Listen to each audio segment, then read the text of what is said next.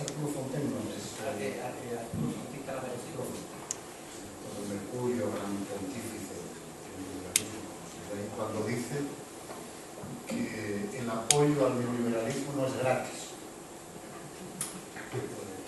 Efectivamente, hay muchos profesores, intelectuales, economistas, escritores que viven de ese apoyo. Pues digo que me hace bastante gracia que diga que no es gratis. Tanto, ha costado y cuesta mucho dinero el apoyo. Muchas gracias por la invitación.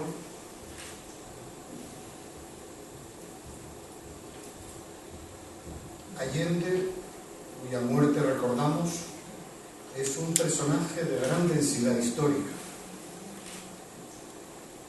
que dio continuidad y dio amplitud a más de 150 años de régimen republicano en Chile. Y no era menor su densidad humana. Si todos tenemos contradicciones, los grandes hombres y mujeres, creo yo, son aquellos que se muestran capaces de manejar contradicciones extremas. Era calculador e impulsivo, distante y afectuoso. Era un orador elocuente y un conversador ameno, pero sus pesados silencios ahuyentaban incluso a los más cercanos. Actuaba con la misma naturalidad en las poblaciones marginales y en las fábricas que en los palacios de la República.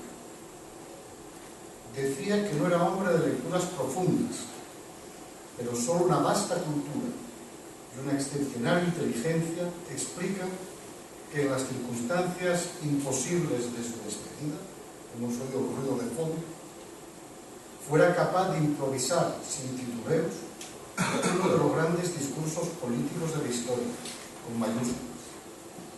Amaba la vida, amaba todo lo bueno de la vida y se la quitó en un gesto final de generosidad y de arrogancia.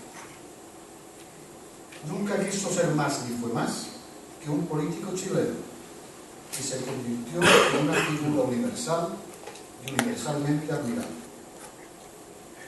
Allende creía en la democracia y creía en el progreso, y de estas dos convicciones firmes y profundas concibió el proyecto que lo singulariza en la historia.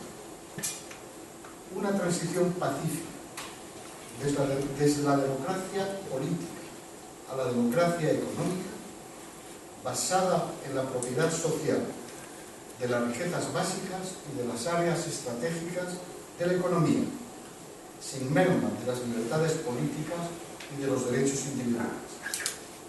Proyecto que, por cierto, gozaba en la sociedad chilena de un amplísimo consenso social, puesto que era compartido por la mayoría de los grandes partidos, por la organización sindical unitaria, por la jerarquía de la Iglesia Católica y, si me apuro, incluso por los altos mandos militares que dieron en el programa económico de Allende un refuerzo de los fundamentos económicos de la seguridad nacional.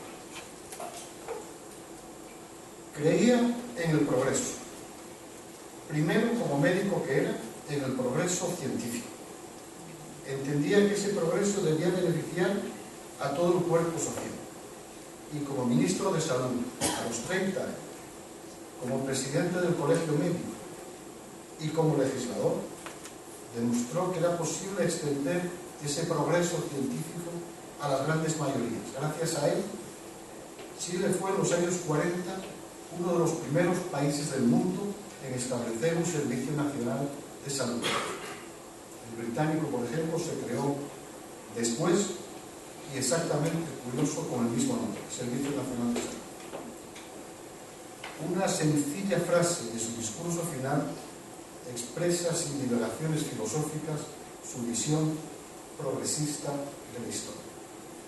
La humanidad avanza para una vida mejor. Creía, dije, en la democracia.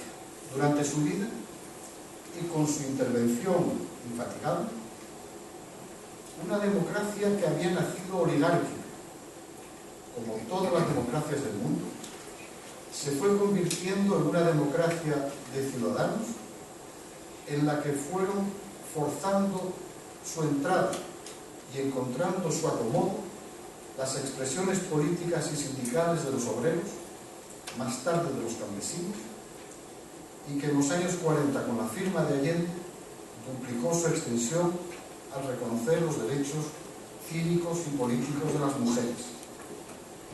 Allende creía en la capacidad de organización y de acción del pueblo emancipado, como creía en las instituciones de la República y en los cauces legales. No era una creencia ingenua, sino que estaba basada en la experiencia vivida. Por esos cauces legales, su generación consiguió en Chile lo que en otras sociedades nunca se consiguió sin sangre: la reforma agraria y la nacionalización del cobre.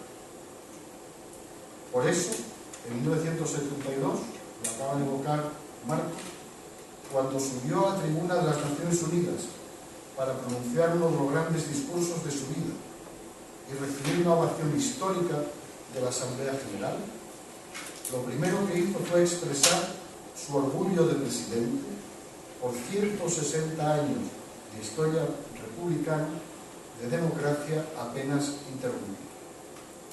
En aquella asamblea, los países que podían exhibir otro tanto se contaban con los dedos de las manos y aún podría sobrar algo. La unidad popular, sobre la que se nos ha pedido que hablemos esta tarde, es un momento fuerte de esta historia republicana. Pero no es un momento único. En los años 30, Chile fue uno de los 3 países, con Francia y España, cuyos electores llevaron al gobierno a un frente popular. En los 3 países se llenó. Por cierto, el de Chile fue más duradero que el de los otros 2 países. El Frente Popular era una coalición de radicales, socialistas y comunistas, liderada por el Partido Radical, el gran partido progresista y reformador del siglo XIX chileno. Y en ella Allende fue, como dije, en ese gobierno, ministro de Salubridad, antes de que esa coalición fuera desbaratada y ese gobierno por presiones de Estados Unidos al principio de la Guerra Fría, porque la presencia de comunistas en un gobierno occidental era un pésimo precedente, por ejemplo, para Francia y para Italia. Allende persiguió toda su vida la idea de recomponer la coalición que dio al gobierno el Frente Popular. No lo consiguió en sus 2 primeras campañas electorales, 1952 y 1958. Lo consiguió solo en parte antes de las elecciones de 1964, pero plenamente en el camino a la victoria electoral de 1970. Esta vez, a diferencia de la anterior, con los partidos obreros, socialista y comunista, al mando de la coalición, y con la suma de un sector del catolicismo de izquierda, que fue otra tenaz ambición política de él. Hasta el último día de su presidencia, Allende intentó atraer su proyecto a la democracia cristiana, con la firme colaboración del cardenal Silva Enrique. No lo logró porque la mitad derechista de la democracia cristiana estaba ya irremediablemente implicada en la conspiración política que abrió cauce, que abrió paso al golpe de Estado.